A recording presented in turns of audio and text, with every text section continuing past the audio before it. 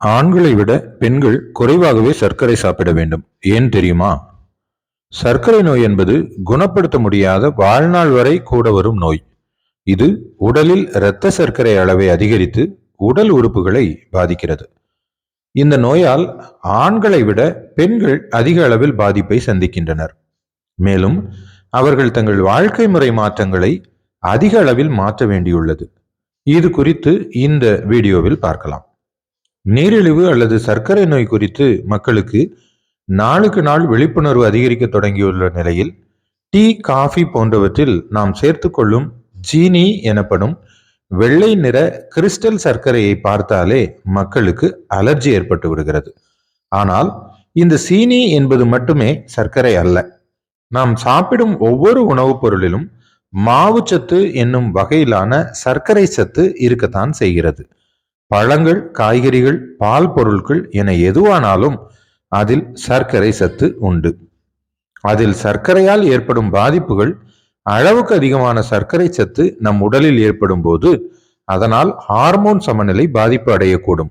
குறிப்பாக இன்சுலின் எதிர்ப்பு தன்மை ஏற்படும் மற்றும் அலர்ச்சி உண்டாகும். பெண்களை பொறுத்தவரையில் மாதவிலக்கு காலத்தில் வயிற்றுப்பிடிப்பு, உப்புசம் மற்றும் எண்ண தடுமாற்றம் போன்ற பிரச்சனைகள் உண்டாகலாம். ஆனால் சர்க்கரையை மட்டும் குறைத்து கொண்டால் இதற்கெல்லாம் தீர்வு கிடைத்துவிடும் என்றும் சொல்லிவிட முடியாது. சீரான ஊட்டச்சத்து கொண்ட உணவுதான் பெண்களின் ஆரோக்கியத்தை மேம்படுத்தும்.